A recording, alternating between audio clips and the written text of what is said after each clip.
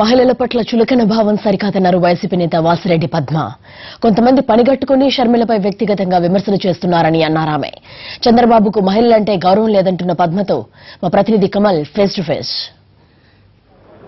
వైఎస్ఆర్సీపీ నేత Sharmila Hyderabad police commissioner కలిసి cyber crime పై ఫిర్యాదు చేశారు. ప్రస్తుతం వైఎస్ఆర్సీపీ సీనియర్ నేత వాసిరెడ్డి పద్మ గారు ప్రస్తుతం మనతో ఉన్నారు. మేడం చెప్పండి, ఏమని ఫిర్యాదు చేశారు షర్మిల గారు? అసలు ఏంటి చాలా కాలంగా ఈ ఆరోపణలు వస్తూనే ఉన్నాయి? ఇంతకు ముందు ఎన్నికలు అయిపోయిన తర్వాత షర్మిల గారు ఇదే విషయాల మీద కంప్లైంట్ చేశారు. ఆ రోజున కొన్ని చర్యలు తీసుకున్న తర్వాత కొంత ప్రచారం ఆగింది. కానీ ఎప్పుడైతే జగన్మోహన్ రెడ్డి గారి పాదయాత్ర మొదలు పెట్టారో, పాదయాత్ర విపరీతమైన ప్రజాదరణ పొందుతోందో అప్పటి నుంచి కూడా దాదాపు ఒక 6 నెలల నుంచి, ఇంకా చెప్పాలంటే ఒక 4 నెలల నుంచి ఇటువంటి ప్రచారాన్ని మరీ ఎక్కువగా చేయడం మొదలు పెట్టారు. దానితో ఇవాళ షర్మిల గారు మళ్ళీ ఒక పోలీస్ కంప్లైంట్ ఇవ్వడానికి వచ్చారు. అంతేకాకుండా దీని వెనుక ఎవరున్నారనేటటువంటిది కూడా ఈ రోజున విచారణ చేసి నిగ్గు తేల్చాల్సినటువంటి అవసరం ఉందనేటటువంటిది మేము కమిషనర్ గారిని కోరడం జరిగింది. ప్రత్యేకంగా షర్మిల గారు తెలుగుదేశం పార్టీ పైనే ప్రధానంగా ఆరోపణలు చేస్తున్నారు. కానీ అక్కడ ఫేస్బుక్ లో కానీ ఏదైతే సోషల్ మీడియాలో కానీ ఎవరైతే కామెంట్స్ పెడుతున్నారో వాళ్ళని మీ పార్టీ కానీ మీరేమైనా గుర్తించారా? అంటే ఇప్పుడు విచారణలో మేము అంటున్నది అదే, పోస్టులు పెట్టిన వాళ్లే కాదు, ఎవరు పెట్టమంటే వీళ్ళు పెట్టారనేటటువంటి కూడా ఈ రోజు నిగ్గు తేలాల్సినటువంటి అవసరం ఉంది. ఎందుకంటే తెలుగుదేశం పార్టీ వైఖరిని చూస్తున్నాం మనం. గత 4 ఏళ్లుగా వైఎస్ కుటుంబం మీద, మా పార్టీకి సంబంధించినటువంటి నాయకుల మీద, ప్రధానంగా జగన్మోహన్ రెడ్డి గారు వారి కుటుంబ సభ్యుల మీద ఎట్లాంటి ప్రచారం చేస్తున్నారనేటువంటి చూసాం.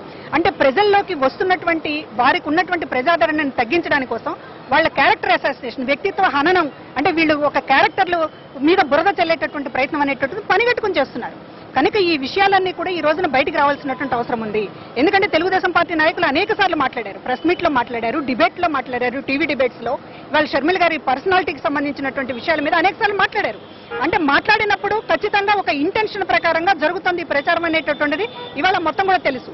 ఈ రోజు తెలుగుదేశం పార్టీ వెబ్సైట్ లో కావచ్చు, లేకపోతే వారికి సంబంధించినటువంటి అనుబంధానికి సంబంధించినటువంటి ఫేస్బుక్ లో కావచ్చు, లేకపోతే వాళ్ళ గ్రూపులకు సంబంధించినటువంటి చాటింగ్ల్లో కావచ్చు, బయటకు తీయమనండి, తీస్తే తెలుస్తా ఎవరి మీద ఎట్లాంటి ప్రచారాలు చేస్తున్నారనేటటువంటిది. మీరు కూడా, మీ పార్టీ కూడా ఎన్నికల సమయంలోనే దీన్ని తెరపైకి తెచ్చారు అనేది మీ పైన మళ్ళీ ఆరోపణ రావచ్చు కదా? ఇంతకు ముందు కూడా మేము కంప్లైంట్ ఇచ్చామని చెప్తున్నాం. ఇంతకు ముందు కూడా మేము కంప్లైంట్ ఇచ్చాం. కాకపోతే ఒక 4 నెలలుగా మరీ ఎక్కువ చేస్తున్నారు ఈ ప్రచారాన్ని.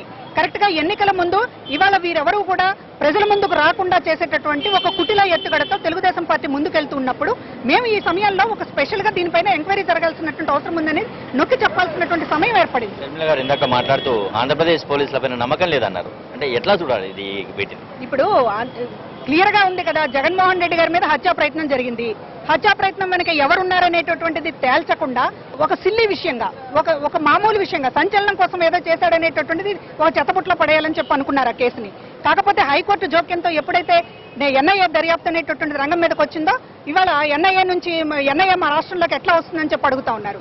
అంటే జగన్మోహన్ రెడ్డి గారిని ఒక అపోజిషన్ లీడర్ మీద చంపడానికి జరిగేటటువంటి ప్రయత్నానికి సంబంధించినటువంటి కేసు ఎంక్వైరీ జరిపించము అనేటటువంటి మాట్లాడుతున్నారు. అంటే ఇవాళ స్టేట్ పోలీసులు ఎట్లా గుప్పెట్లో పెట్టుకున్నారనేటటువంటిది అనేక విషయాలు బయటకు పడిన తర్వాత హైదరాబాద్ పోలీసుల పైన మీకు నమ్మకం ఉందా? హైదరాబాద్ పోలీసుల దర్యాప్తు పైన మీకు నమ్మకం ఉందా? ఆంధ్ర పోలీసుల మీద నమ్మకం లేదన్నాము తప్ప మిగతా ఇవాళ ఏ పోలీసు మీద నమ్మకం లేదని మేము అనలేదు.